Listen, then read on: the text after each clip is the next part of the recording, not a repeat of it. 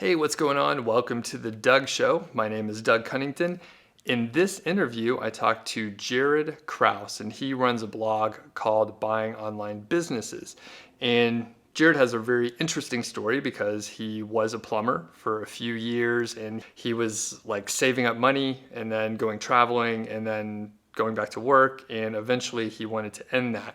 And we hear his story. So we talk about that sort of journey. We talk about buying online businesses and sort of the pitfalls that may be out there and things that you should look out for. You should also check out the framework that Jaryd has. He has a few resources on his site, so I'll put links in the description. So be sure to check those out if you are interested in learning how to do due diligence before you buy a site to make sure everything is kosher and legit and all that stuff. Additionally, he has like a website evaluator tool to see if there's like potential to actually buy a site or if it's peaked and you should stay away from that product. Or that website rather. And I also want to mention that Jaryd has a podcast also, so you should check it out if you liked his stories and stuff. He does a lot of interviews and just in-depth sort of conversations about buying online businesses and working online. So Jaryd and I had a great conversation and I think you're going to enjoy it. So we will send it over there now. Hey, what's going on? It's Doug Cunnington here and I'm sitting with Jaryd Krause. So how are you doing today? I'm really good, thank you, Doug. And How are you? Oh, I'm doing well too. We were just talking about how I'm warm right now because I turned the air conditioner off. But other than that, I'm doing great. So we don't know each other well. We actually just started talking about 10 minutes ago. So this will be a pretty hopefully fun interview as we get to know each other. And for the people actually like myself who don't know you, Jaryd, can you give us a little bit of an intro, like what you do now and a little bit about your origin story? Yeah, cool. What I do now is I teach people how to buy website businesses, people that want to sort of get to this space of, whole make money online type deal. And they come in and they want to learn, how to buy them rather than just grow them. And that's a different option. My origin is I was a plumber. I was working, crazy hours per week and commuting to work and all that fun. And it took me a while to get to the point where I was buying sites. I struggled a fair bit and then got to a point where I bought a couple. People found out about it, wanted to know more, and that's why we spawned into teaching. Got it. And I detect a little bit of an accent. Are you from Texas? No, I'm from across the border. Okay. No, I'm well across the border. I'm from Australia. Yeah. Okay, right on. Very cool. And you were a plumber before, so how did you make the transition over to purchasing websites and businesses in general? What happened there? Yeah, well, there was a lot of struggle, as you could imagine. Any entrepreneur has that struggle phase, right? So I was working a lot and I'd quit work and I'd go away and I'd travel because I was like, all right, I'll save up for a year. I'm going to go away and travel for 6 months because the Aussie dollar's really good back then. Now it's not so good as we record, but and I'd go away and spend all my money, come home broke or with a little bit of money and then start working again and repeat that. And I was like, man, I need to, I don't want to work. Like I'm running, I thought I was running away from my job, but I was literally running away from what my life was at that time. And I sat down and I was in Egypt and I was a dive master. I did a dive master course, became a dive master, and I became a dive guide. And I realized this is what I want to do. I want to travel the world.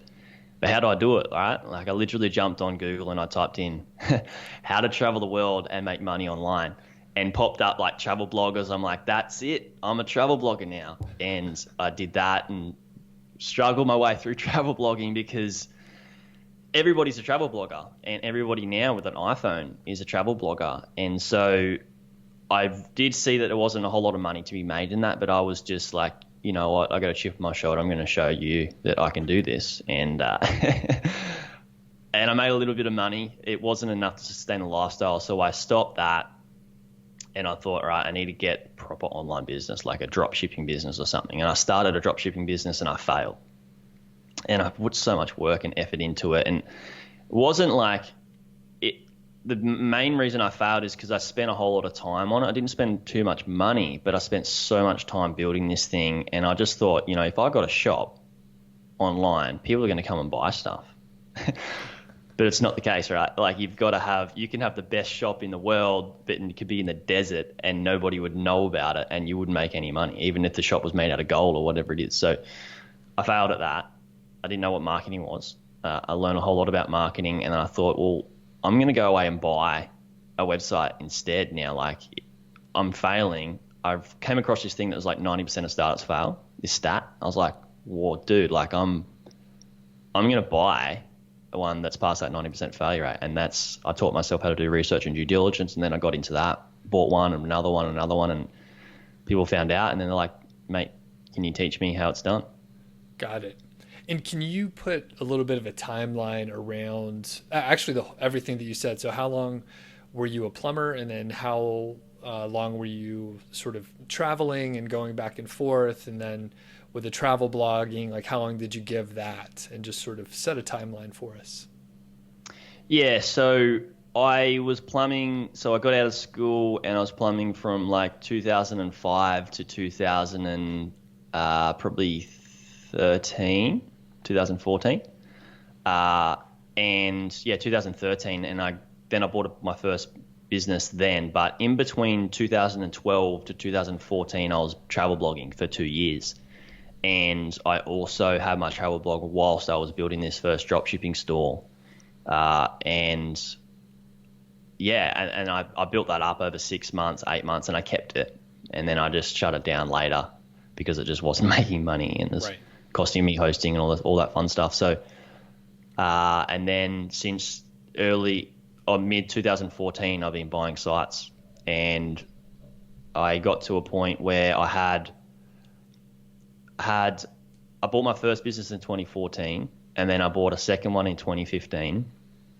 And within a short period, I had 2 businesses, and I was making more from my full-time gig I was a supervisor at the plumbing firm at this time. And so I quit, and then I went away and traveled, and then I bought a third business, and then, it just grew from that. Okay. So, yeah. Gotcha. And for the businesses that you purchased, can you give us an idea of like the business model? Obviously, there's many different ways to make money. I usually focus on Amazon affiliate marketing, and some people have sites based on AdSense or whatever, right? There's tons of possibilities. So do you have like a sweet spot that you just personally enjoy more? Yeah, I do. This is one that I didn't tell you off air. I'm going to tell you now because it's my first business I bought, and I think it's quite cool. It was a membership model, right? And I bought a membership model business, and I was like, I really like this because it's making recurring income every single month. People already signed up, and I had that for a little bit, and I shut it down just because it was getting old, and it wasn't viable to keep it open. And the other 2 that I bought were dropshipping businesses and the dropshipping model. And I've stuck to dropshipping, and a lot of my clients are buying dropshipping businesses, also other types of sites too. But dropshipping was a model that I really dug and got into, and yeah, I liked it. Cool. And one observation that I have is, one of your first sites that you were trying to start from scratch on your own was indeed a drop shipping site. So you had like prerequisite information. You knew some stuff that definitely didn't work, right? So like for you to stick with it and like buy those kind of businesses, it makes like perfect sense to me, because like you're skipping the that failure rate period in the beginning. So, I mean, do you have anything to add about that? Yeah, that's a great pickup, Doug, is that when people first move to this space of buying websites, is like, what sort of business should I buy? And sometimes people have no like background of like, I had a little bit in drop shipping, but when you do come to it, is that, use what you know already. And like, if you know a bit about drop shipping or a bit about affiliate sites, like, you do, and all these different types of stuff, then stick with that type of business model. If you don't, then find one that clicks with you and makes sense to you, and it's easier for you to understand. Like if it's easier for you to understand affiliate sites and you're like, yeah, I get this, rather than drop shipping, then move forwards to that. And that's why I just picked I liked membership models. I'd learned a lot about them, but it was in a dropshipping space. So I went and bought it, and I knew a lot about it, and that was a massive advantage when I first started. So yeah, that's a great pickup. Thanks. Thanks. That's why I'm here. If that's the only one I have today, the only good question, then, I'll take it. So, for these sites that you're looking at, obviously, it's pretty hard to understand if it's going to be a site with a lot of growth potential, if it's actually legit, if it's making the money that they say, and so on. I don't even know all the things you have to check out. Due diligence, they call it, right? So, can you Yeah. just tell me about that process and just some tips for people? Yeah, so that's a tongue twister, due diligence. Always get it, and all the clients do as well. But it is important. The first thing that I look for is the opportunities before I look for the red flags, like you mentioned, and like how to grow it. Like they're the opportunities. Like, so I will look at different things like do they have an email list that they're not currently marketing? Do they have a social media accounts that they're not currently targeting or posting content? When was the last SEO work that they've done, and what was it? And what type of improvements could we do to the SEO to get it ranked higher in the search engines, get more traffic coming in? What type of marketing is being done? Is it working? If it is working, great. Why is it working? So we can double down on it, make that marketing even better. If it's not working, why is it not working? So we can make it better as well. And the key question that I like to ask is why, and why is it like this? Why is it like that? And I know I sound like a child when I ask the why question so much, but it's so good because you get so much information when you're doing your research and due diligence. So first of all, when I'm scanning for businesses, I look for all these opportunities of like, how can I grow this business? And what I just rattled off there is just like a real snippet. That's what goes on in my brain. I put it out on paper and into other forms of like education that people can consume. But when it comes to the point where I look for like red flags, we call them red flags, or things that raise something that we need to check out, that's where we dig into the deep due diligence and finding out like, all right, what SEO work has been done, and has there been any black hat SEO? For people listening, you got the two different types of SEO: white hat, black hat, grey in the middle. Black hat, not so good. Well, not good at all, especially according to the new update on Google. But yeah, so we check out what are some things that are concerning, and then ask those harder questions to the sellers. And that can be anything through the marketing, through the SEO, through the competition, financials, and a few other things that we look for as well. So yeah, pointing out those red flags is really, really, really important. Things that you can't see. Yeah. Cool. And have you, I guess, like, what's the weirdest sort of red flag that you've seen in the due diligence process? Yeah. So there's been so many. One last week. There's one of the guys posted in the group. He's like, "Oh, this person wants to sell their site, and they want to sell the Australian domain with the .com.au." And he said, "Is it something I should be cautious of, that the person who's selling it wants to have me sign a document or agreement that he can still trade his services and products in Australia, even if I buy the .com.au?" And that's a huge red flag. And that was quite weird for me to be asked that question. Somebody that's a total beginner to this space, which is it's a fair question, but that raises a massive red flag. Like, why would you buy a business off somebody and allow them to keep trading, which is going to be your competition, and they've already way more built up than what you've just bought? Right. Weird. So that was quite a weird one. Yeah, it's odd. Have you had, from the financial perspective, like, I know as an entrepreneur who didn't know anything about, business or marketing or doing anything on my own, it was a little shaky. Luckily I could like work a spreadsheet pretty good, but it was a little shaky, like keeping track of the books. And, I think I wrapped it up pretty tight early on. But have you seen just like terrible books where, someone is saying they're making a lot of money, but then when you start looking, there's a lot of empty spaces in this story of profit? Oh, it's so common. It's so common. You've got people that are all over marketplaces, and Flipper's really cleaning this up, which is really good because I just spoke to the Flipper CEO a couple of weeks back, and they're putting some tools in place to prevent this. But there have been, and people that buy websites off a platform here in Australia, it's called Gumtree. It's much like eBay, but you can sell just products Australia wide, and people sell websites even on eBay and this place called Gumtree. And one person wrote me probably a year or 2 years ago, "Oh, hey Jared, I really want to buy this website. It's $15,000 to buy it, and it's making $12,000 a month. Do you think this is a good investment?" And anybody that sees those numbers is like, "That's awesome! Like, get it! Like, that's such a good deal." But it's just so unrealistic. Right. Like, and I just wrote back to him like, "No, that's terrible. It's just why would somebody sell something worth $15,000, or something for $15,000 when it's only making 12?" And yeah, that's very common to see that where businesses are selling for like $10,000 and they're making $2,000 a month, or $100,000 and they're making $50,000 a month. And you're like, it's just not realistic. The multiple is very different these days. Mm-hmm. And so that's something to very be wary of. I have had personally a website that I bought. My second business is I bought one, and the currency, it was an Aussie business and it was being sold in US dollars, but it was using a company in a different country with a different currency.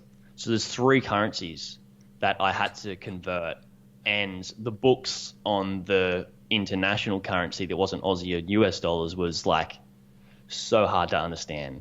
And I put my hand up. I was like, "Dad, just like, my dad loves like accounting type stuff and doing book work." I was like, "Dude, can you please just like look at this? Because I don't get it. It's a great business. I can see it's making great money, but I just don't get it." Yeah. So, and that's a huge tip for everybody is put your hand up for help when you want to do any sort of investing or achieve any level of success, I reckon. Got it. Okay, and moving on to like actually purchasing a site. So obviously there's a lot of brokers out there. We have some mutual friends and contacts at different, brokers across the world as it is. Yeah, we have lots actually. Yeah, so do you have any that you work with frequently or that you want to mention here for people to check out? You mentioned Flippa just now. Yeah. People buy, I've had people go through and go through Flipper, and Empire Flippers is a huge one. They're crushing the space at the moment.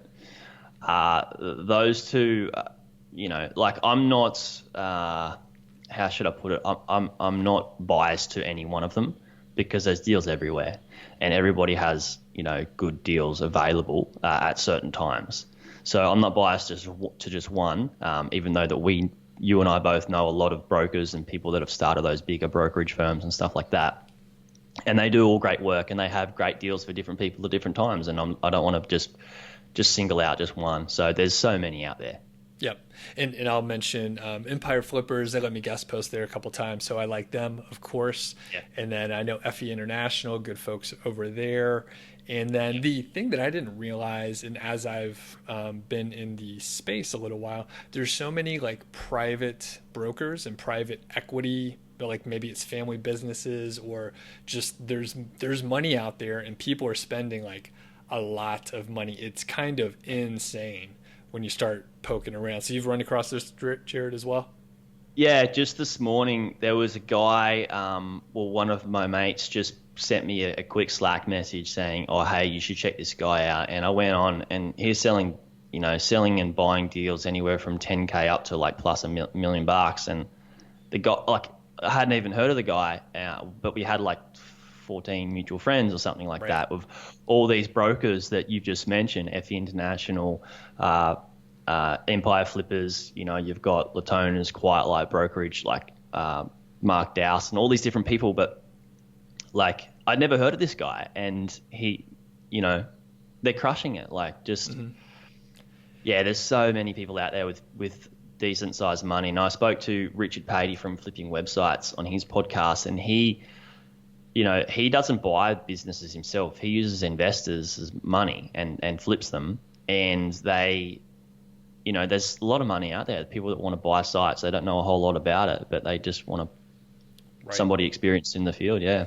Yeah, and I mean, it's tough for, like, let's say it's a private equity, investment group, and they don't have the skills. They know the opportunity is out there, but they don't have the skills. So it's cool for somebody like Richard to, spearhead the situation, provide some of the expertise, and at least, steer the ship so that they're not like throwing away money or anything like that. And of course, it's really, profitable for everyone. Everyone wins. So one piece, and we're going to dive deep into the weeds here. So let's say you've identified a site, you found it at some brokerage or something like that, and you see, very few to no red flags, some good opportunities for growth, and maybe it happens to be like in your, wheelhouse of skills as well. So what do you do? I mean, I imagine you want to try and get some growth, right? You don't want it to just stay static. So what do you do after you buy the site? Yeah, so what I do is I just try to become a sponge and absorb as much information from the seller first before I go away and make radical changes. There are a lot of people out there that do go away and buy businesses and like, look, let's just jump in there and make all these changes. And this is some stuff that I've done before. Like I'm that type of person that's like a massive action taker. And so the first thing I'll do is like I'll really work out how the business is running as a machine. And see for a month or two what parts are doing well, what are not doing so well, and is it viable to change those things? And then once I know a fair bit about it, and it depends whether it's got VAs or employees with the business. If it's got VAs, then that's a massive advantage because you got a lot more, you got access to these guys for the duration that you own the business if they're going to stay on board. And they know so much more about the business than you. So I bought a business with some VAs, and like I did 3 calls with the seller. I learned so much, but I learned a world more of knowledge than from the VAs. So I really absorb as much as I can from them because they're in the business on the ground. So that's the first step, is I learn as much as I can about the business. And then I take the strategy that I put down on paper that I wanted to do to change the business. And then I ask myself again, are these changes what the business actually needs? And if so, how do I implement them? If they're not, how do I change them? And then I start making those changes. So whether it's like, all right, SEO, what's the most important thing for SEO right now?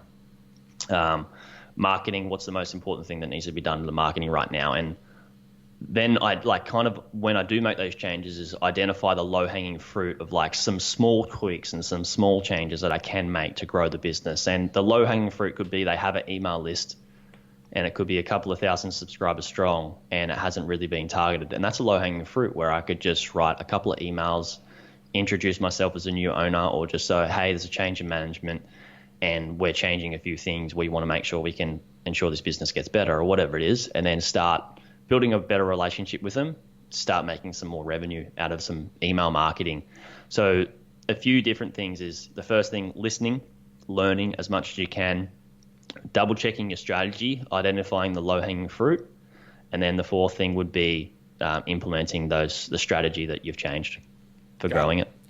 And do you have any tips for prioritizing what to do and when? You mentioned the low hanging fruit, which that makes sense. It's a little bit easier to get to, right? But let's say you have a few that it's hard to tell what's easier or what's going to have the best ROI in a short or long-term time frame. So how do you figure out what to do when? Yeah, I think it's a tough one because it really depends on the business as well. Like if the business it's got a lot of expenses and they're not as important, and you want to get some income into the business, I think that's something to just jump into straight away. But say, for example, it's got a lot of expenses and it's making a decent amount of income, but you can see there's more value to be added in earning more income, more opportunity there. I'd say stick with the expenses that are there anyway, because they're getting used, so you don't have to relearn new tools or whatever you use to sub out those other ones, and then go for that opportunity and earning the income quicker rather than just taking away the expenses. And it really depends on the shape of the business and the business. I would love to give you just like this definitive answer, but I think that's the best I can do. Yeah. With that one. No, I mean, that's when I get questions like that, usually as long as you don't make like a catastrophic mistake where you can't have flexibility to adapt, it's probably okay. And the thing is, like, you never know which is the better decision because you can't go back in time and like do the other thing. So as long as you don't like totally fuck it up, like it's usually okay. So yeah, that's totally fair. I mean, like that's the deal. Like you have to make a decision with like not enough information. You don't know if it's right. Try not to mess up too bad, and then hopefully, you'll learn from it at the end of the day. Like even if it wasn't the best decision. So. Cool. That makes sense. So for, you primarily focus on, drop shipping sites. From an SEO perspective, I spend a lot of time with SEO and being ignorant about drop shipping sites. Is SEO like a huge deal? You mentioned it a couple times. Where does it land sort of on the spectrum of things that are important for you and your sites? That's a great question. Just dropping some awesome questions, Doug. I love it. This is so good, and the reason I love this one is because right now I see that SEO is very, very important, and it always has been important. But specifically now, had been spending a bit of money in Facebook marketing, and the results hadn't just across the board with a lot of friends in Australia and people I know in the industry that aren't getting the results that we were getting this time last year or earlier. And Google's updating their algorithm. They've made a really massive change, and they're really rewarding people that are putting some solid SEO work in to their businesses and websites. So I feel that SEO is such an important thing at the moment. That's as compared to other things that I can grow my business, I would say that's one of the most important things. Like one of the biggest things that I'm working on, which is why I'm producing so much content, is so I can have it on my site and so I can get ranked higher in my buying online businesses business and connecting with so many people because it's just a massive win across the board. Like I get to have fun while I do it, and people love it, and it's going to get me ranked higher, and I get to reach more people and actually help people with my mission. So SEO is like one of the biggest things, is the biggest thing that I'm working on right now. Gotcha. Yeah. Well, and I'm big on SEO, and this is very meta, as we're going to talk about being on a podcast, in a podcast, and like, here's the deal, right? So like we got an introduction, right? So we knew some mutual people. You shot me an email, and I was like, this guy seems like he can communicate well. I want to talk to him, and you're going to get a backlink from like the podcast. We're putting it on YouTube. Like a few, 100 people are going to see and watch and all that stuff. So you're going to get a backlink, and you're going to get traffic through it. And you could be a guest on other podcasts and tell your story. Like you said, it's enjoyable. You're building your network, and you get a backlink at the end of the day. So for people, like if you could figure out how to be on podcasts, like there are so many out there, and people are looking to interview folks. So check it out. Again, very meta. But even for drop shipping sites or affiliate sites, you could do it too. People are into whatever weird little thing that you're doing. They are into it. I mean, the conversation that we're having now is so deep, but like many thousands of people are very interested in this stuff. So any thoughts on that, Jaryd? Yeah, I love it. And that's just so true, is that you can have so much fun doing it. And the deeper that you go, normally I find the better for everybody else, because they get it at a way deeper level. And when we really get things at a deeper level, it's sort of like in a different level of consciousness, it's something that we really need to hear that can help us propel towards what we are trying to achieve in our websites and businesses. And so, yeah, and like you said, the people that are doing dropshipping or affiliate sites, say I'm writing affiliates, I've got affiliate product that's like a phone. Before you, I usually try not to give anything. Use ballpoint pen, just so we don't give away anyone's. Yeah, so ballpoint pen. Go ahead. Ballpoint pen, right? And I've got all these. I'm writing all these videos. I'm writing all these blog posts about these different ballpoint pens because it just helps me write so much better. And then what I can do is I can create a podcast, and I can get different people that are producers of ballpoint pens, whether it's like $10 up to the $500, $1,000 ballpoint pen. I can get them on, and they can tell us why their ballpoint pen is better than a lot of other people's, and we can talk about ballpoint pens and enjoy it. And it's easier to do on a podcast or a video or interview or whatever it is. And that's for SEO. That's what people are consuming the best at the moment, right? Not many people want to read as much. So, and the cool thing is you could get free pens, and you could do some free pens for people that subscribe to your list, some promo for them and for you. And, you get a link, and that link to like that ballpoint pen that's charging $1,000 per pen is going to boost you up quite high. And that means you're going to make more affiliate commissions and affiliate sales from doing so. And I think it's just a really good medium to go for at the moment. That's the way people are consuming content, and you can enjoy it, and it's fun. Nice. Yeah. So for the content that you are producing, aside from podcasts, I take it you're doing the written word blog post as well, right? Actually, no, not so much. I am going to take my videos and create them into posts and embed my videos into that. That's something I haven't gotten to yet, but yeah, I'm not actively texting. Okay. Typing. Written word. Okay, cool. Written, cool. Yeah. All right, interesting. Which is like I started with the blog and then moved into YouTube and then to the podcast, where you'll be doing the same thing in a different order, where I'm repurposing written content to other formats and having conversations and all that. But okay, interesting. As far as the offsite SEO portion of it, so we kind of alluded to, getting the backlinks through collaboration via podcast and all that stuff. But do you do other sort of like link building or promotion type activities? Yeah, I don't actually. I was doing some link building with one of my sites, and I had some SEO people do some of that. It didn't really amount to much because they weren't the greatest at it. But I haven't really done too much link building myself. It's mainly just the SEO that I'm doing now is what we just talked about. On-page SEO, such as the keywords and the descriptions and the meta and the all those things that need to be there. I have been I've changed my hosting, get my site loading faster, which is for everybody listening. The quicker your site loads, the better the SEO is going to be, and taking away things off my site that's just not needed. I changed my site last year, better brand. I've taken some things off like sliders that were slowing my site down.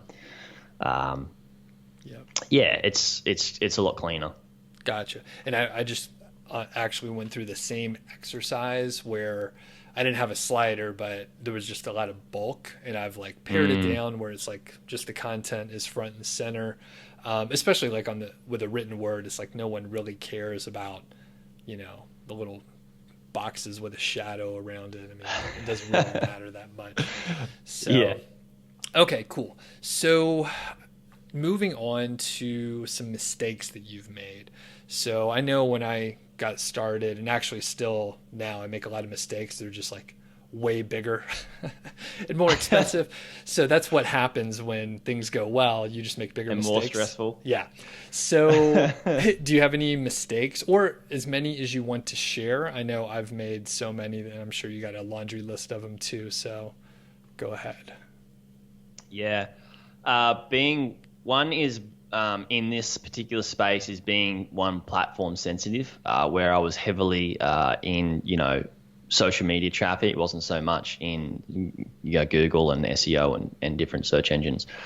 That's a big mistake. And I had seen it all over the internet, and people were like, this is something that I should know as a business owner and buying websites. And when I first started, I read about it. I was like, yeah, that's cool, but I can cross-contaminate to different, mediums of traffic once I own the business. And I thought that's really, really cool. What my biggest mistake was going, oh, this is working, bright and shiny object syndrome, they call it, SOS.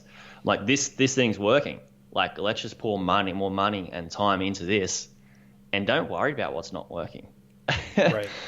Huge mistake because, when that thing stops working as well as it was, then it really hurts. It really kills your pace. So that's a huge thing. Huge mistake is to not be one platform sensitive. A minimum of two. If you go to too many, I feel it's like if you're like trying to do like Facebook, Twitter, Snapchat, Pinterest, all these different ones. I try to stick to 2 to 3. So that's a huge mistake that I made. Another mistake was the biggest mistake I feel. I'll start with one, and then there's another really big mistake as well. Is that I bought into the whole thing of like, to make money online, I need to start my own online business. And I'm not biased to this. I try not to be anyway, as best as possible. But I try to start my own online business, and there's a combination of two things that happen. The first was like, all right, to make money online, I need to start an online business. That's the first mistake that I made. The second, and that's not true, because I found there was a different approach where I could buy businesses instead or do JVs with people or whatever it is. That's a huge mistake that I made. Is like, I need to make money online. There's one thing that I can do, and that's start a business or a website business. That's huge. The second biggest mistake was that not only did I want to start this online business, but I needed to do it alone. And the reason I needed to do it alone, and I perceived it, is because I saw everybody all over the internet, all over social, sharing that they're a self-made millionaire. And that's a huge mistake, because nobody, in my opinion, is self-made, because we all read books. Well, most people read books. A lot of people read books. A lot of people listen to podcasts, read something off the internet, go to school, learn something off somebody, hear something over another conversation, or go away, get a coach and a mentor. Anybody that's achieved any level of success has had somebody on their side. So there's two massive stuff ups. I was biased to like, I need to start a business and it needs to be me. And then the second thing is it needs to be me by myself, because I'm going to be a self-made millionaire and be this awesome success story. So those three mistakes are huge. And as soon as I stopped those and I started putting my hand up for help and realizing that instead of competing with everybody, why don't I just collaborate with everybody? Like, change that word competition to collaboration. Mm-hmm. And it's just a game changer for me, and like fun, and relieves the stress. Like the amount of stress and pressure that I put on myself because I need to start a business and I need to do it alone, and nobody could tell me how because I needed to find it out for myself. It's just dumb. Yeah. All great points. And you mentioned books. So do you have maybe like top 2 or 3 books that you really, found influential over the last few years here? Yeah, the top one is The Obstacle is the Way by Ryan Holiday. It talks about emotional intelligence and how to, deal with things that pop up in life. Happens, right? And we get, things that really causes stress. And I was going through a stressful period. I had 2 businesses. I was running this, I was a supervisor for a plumbing firm. When I found this book, it was such a relief because it really helped me understand so much of what was going on in my life and how to deal with it emotionally. And that was a great book. It sees that, it teaches you that the obstacle actually is the way. On the opposite side of our fear, on the opposite side of our problem, is if we tackle those, we get the answer. And that's the thing that we actually need to grow. Now, a lot of people in life, I feel, and I see it everywhere, is they've got too many fears, and they don't want any more fears. They don't want any more problems. They don't want any more struggles. For me, personally, I'm a bit of a sicko, and people think that see that I'm a bit of a sicko is because the more problems I have, the more fears I have, the more struggles I have, the more I grow. Right? Yeah. So that's a huge book. Is the obstacle is the way. Another one would be, there's so many books. That's probably my favorite. Okay. For somebody who's going to try and make money online, a really good one that I got was Russell Brunson from ClickFunnels. Mm-hmm. His book, Expert Secrets. You could probably still get it for free. That's his deal. You just pay shipping and get it for free. That's a really cool book. Mm-hmm. Before you go, I've seen that book, and I've seen, ClickFunnels, and you know what? I'm sure it's great. But I just can't. I hate his video ads that I would see, and it's just it's too much for me. But I mean, I'm sure it's a great book. People seem to love it. ClickFunnels is amazing, and blah blah blah. But I'm just like, I don't like the way he talks in all the ads that they were shoving down my throat for like a couple years straight. But that's just me. So it's good though. Yeah, I actually, the book's really good. I got the book before I got ClickFunnels. Okay. And now I have ClickFunnels, and I've gone away, and there's other tools that you can use. But it's very simple to use. I don't endorse it. I don't have an affiliate link. The reason they've grown so much is because people make so much money off their affiliate commissions. Yep. And so I'm not the person like, hey, come and use my affiliate link for that. But I believe it's good. I like it. And I'll stick with it for a little bit for sure. Yeah. Yeah. And that was the other thing. I kept seeing like people talking about how much like, ClickFunnels was allowing them to make, and it was through selling ClickFunnels with ClickFunnels in the funnel. And I was like, all right, something's a little fishy there, but obviously great businesses are built on it. I use another tool that does, actually I have a Frankenstein set of things, but Deadline Funnel for me, works fine. It did the job, a portion of the job of ClickFunnel. And what happens, as you know, you end up with a tech stack that you put together over time, and then you end up with like integrations that work. And if I move to something else, things would break in the migration. So I'm like, it works. Like, it's not perfect, but it works. So yeah. And I have gone, all right, I've only got a couple of different funnels that I'm using with this thing. Why don't I just pay a VA to go away and change it all over to like the one website, the one hosting, all that sort of stuff. Don't need to pay this monthly fee.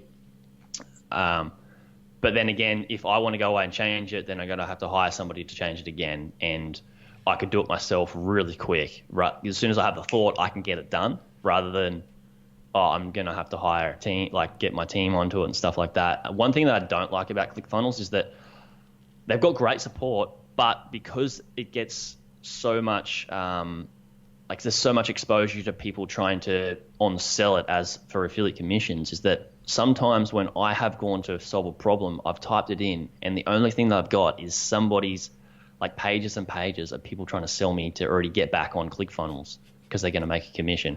So they get banked up so high on Google, on the search engine. I'm like, oh man, I've got this thing that's been annoying me for like 3 days. I need to fix this problem, and you're just trying to sell me again. Right. It's a vicious cycle. So yeah. Okay, moving on from ClickFunnels and back. No, that was my fault. I mean, that's the beauty of the tangents that we can go on here. I'm gonna backtrack and tie together another thread here. So you mentioned that you purchased a business that had some VAs, and it sounded like you did a pretty good job onboarding them and working with them as the new owner. And you also mentioned that you were a supervisor at your previous gig. So it sounds like you had some management skills. Can you give any tips for people that maybe, well, actually tell me about the management skills that you have and the HR abilities and all that. And then hopefully some tips for people that don't have that. Hiring VAs is very scary for people that haven't done it before.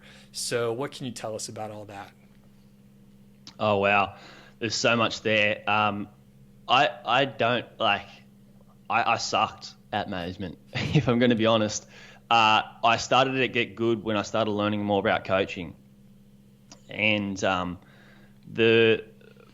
what I've learned when I bought that business is to make sure that I listen to everybody and take everybody's advice and take it all with a grain of salt, and then make a decision that's right for the vision of the website of the business, not anyone's individual sort of like, I want this because it's going to be better for this and it's going to be easy for me. Whilst that's the case, yes, it may not be the best thing for the client or the customer or anything like that. So one thing is to be an amazing listener. And this is a hard thing that because I can talk for days, and used to be able to cut people in, but the best I can do now is to just force myself to listen. And when I do that, is not just listen to respond, but listen to understand. And when I can do that, I can really see where they're coming from, and then I take that away, sit with it, and think, all right, what's the best for the vision of the company? And that's a really big thing, is listen, and don't take anybody's individual like goals into account if it's going to clash with the vision of the website. Your other thing was hiring people, like how to go about that. Now, this is a fun thing. It's so fun. They say be slow to hire, fast to fire. I definitely agree with that. That's something that I've taken on board, and I've taken multiple people off my team this year. Not because they weren't any good, but because the business model was changing. And when I first started hiring, I jumped on Upwork and I looked at as many people as I could, and I tried to look at, you can read reviews on reviews, and you just don't know until you get them working for you. You just don't know. So you have to, yes, do your best to really make a right decision. And then you might need to go through 2, 3, 4, 5 different VAs to get the one that you want to keep on board with you. And it's frustrating when you've gotten your second one and you're like, this person's no good. And you're like, I've got to go back to the drawing board and do it again. And yes, you do. But if you understand that this is a process, and you know that in the end you're going to have somebody that's going to work with you for a long time, and they're good, you trust them, they trust you, and they're going to do the right things, it's worth it. Like, it's definitely worth it. A second thing when hiring is that you get what you pay for. And a lot of people, this is me, when I first started, I was like, I'm going to hire this person because it's like a couple of dollars an hour. Like, this is great. And the work just wasn't there. And it's actually cost you more money in the long run to have to hire somebody to do it again, or you to change it yourself. So it's going to cost you more time and more money. So normally it's better to pay for the quality in hiring. And that's my biggest tip there when you're hiring VAs or anybody really, is you pay people what they're worth. Yeah, definitely. And it's funny, I just got an email from someone the other day. They said, hey, why don't you use this other VA service? You can get it for way cheaper. But it's not about getting it for cheaper. It's about getting a better ROI and like getting quality, not getting your attention pulled away because someone made a mistake, and now you have to go fix it and then figure out what to do with them. So it's really common. I mean, I was that way too, right? Like in the very beginning, you're like, I want to make sure my expenses are absolutely as low as possible, but it's not always the best idea. So cool. All right. So we're coming towards the end here, and I'm going to ask you where folks could find you in a second, but do you have any just advice for people who are looking to purchase businesses and, a mindset, anything that you want to just extend out to the audience here? Yeah. So let's talk about people that want to. I'll talk about mindset after I talk about the advice for people wanting to buy websites. Is when you do come to want to buy a website, is first go away and look on the website brokers, the ones that we talked about before, Doug. Empire Flippers, look at Flipper, look at FE International, Latona's, FE. Quiet Light Brokerage, all these different ones. Just jump on Google and just Google website brokers and you'll find a bunch of them. Look at the businesses for sale, see how much they cost, see how much they're making per month average net profit, and then also find out how many hours it takes to run that sort of business.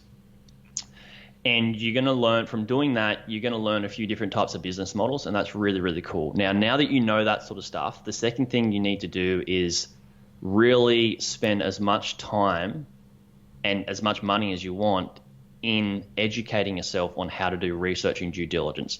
Anyone can go away and buy a website. If I want to go away and spend 50 grand or whatever it is that I may have and buy a site, I can do that. But that doesn't mean that it's going to be successful or I'm going to buy a good one. So I believe the most important thing is spend time and money on educating yourself how to do research and due diligence. And through that phase, my favorite thing is you're going to learn so many things on how businesses run already, how they're already growing their businesses. You're going to talk to so many sellers. And from doing that, you're going to get a Rolodex of ideas and ways that you can build a business that you end up buying for yourself anyway.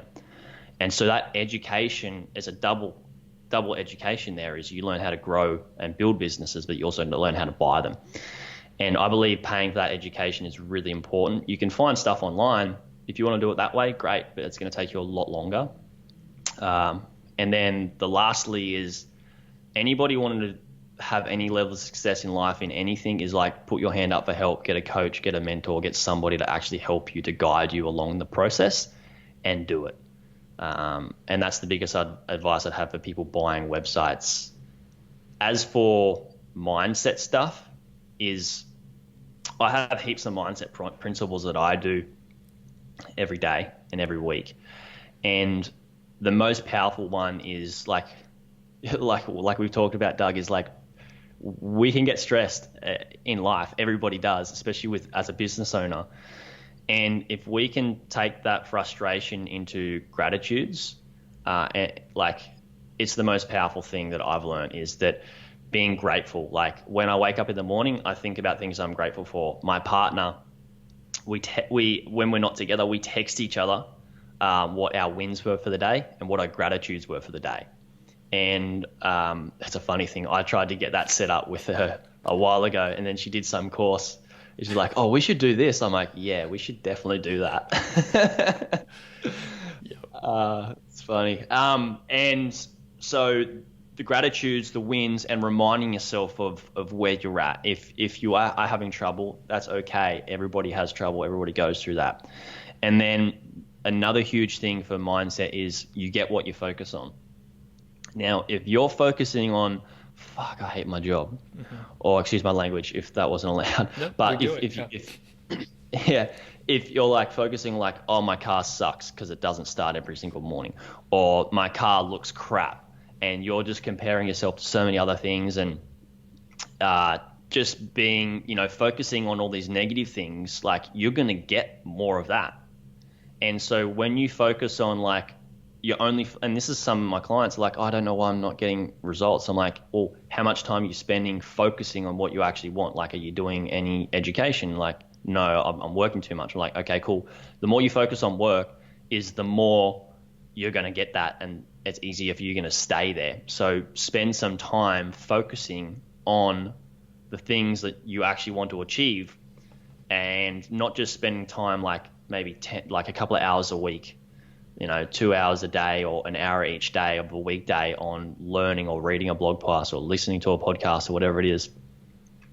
Spend that time focusing on that. And then also what's really important is visualizing what you want, visualizing your dream life. And if you focus on that, yeah, sure, it's not going to be The Secret where poof, it's going to just land on your doorstep, because that just doesn't happen. It's the power of manifestation is think it, and you think it, believe it, and you can achieve it. Yes, you can. But when you do that, there's something else that's really important and vital that you have to do. When you think about something, and your goals and your mission and what you actually want to achieve, it doesn't just drop on your doorstep. But what does happen is the more you focus on it, the more opportunities in your life are going to pop up. And those opportunities may pop up on your doorstep, but doesn't mean you're going to get what you want. First, you need to take action on those opportunities. And that's the biggest step that most people fail to do is like, I'm not achieving anything. Like, what are you doing about it? Right. You got to Right. take action. Yeah. Those are all fantastic points. And, one little, I can't keep my mouth shut. I guess I'm going to add like just a quick little underscore. Yeah, bring it all. So like the education, yes, absolutely, 100% agree. You have to have the baseline, but then there's I was in this camp, so I feel comfortable talking about it, where there's so much like education available. There's so much content all over the place. It's very easy to overeducate yourself to the point where number one, you can't make a decision because there's like too many possibilities because you filled your brain with too much stuff. And sometimes you have to, stop consuming because you know enough, and you have to execute for a while, get some feedback on that, maybe a little re-education, but you're nodding, so you know what I'm talking about. It's like, it's a balance of like education and execution, and then like a feedback loop to make sure you're getting the things done that you really like want to get done. So I love it. And somebody once told me that wisdom is education plus reflection. And that's exactly what you just said. It's just, I love it because, decision fatigue is like, there's so many people exactly like you said, is they go away and they do all these seminars, they learn all this sort of stuff, and like, oh, I'm not achieving anything. I'm like, well, you've learned all this stuff. Like, are you doing it? And it's tough because, sometimes someone will, educate really well. They'll actually execute well, but they pick the one little thing that kind of matters, but not really. And then that's where like having a mentor or someone with more experience or someone in your mastermind group to observe from the outside and let you know, hey, pivot a little bit, like it's really close, like focus on this part, and then things open up. So okay, cool. So where can people find you, Jaryd? Yeah, awesome. So they can just go to my website, buyingonlinebusinesses, plural.com. So buying online businesses. You can contact me through there. My website, jarydkrause.com, which is my name. And then on socials, I'm just Jaryd Krause as well on Facebook, Instagram, and LinkedIn. I don't really do the other ones because, but that's the easiest place to find me.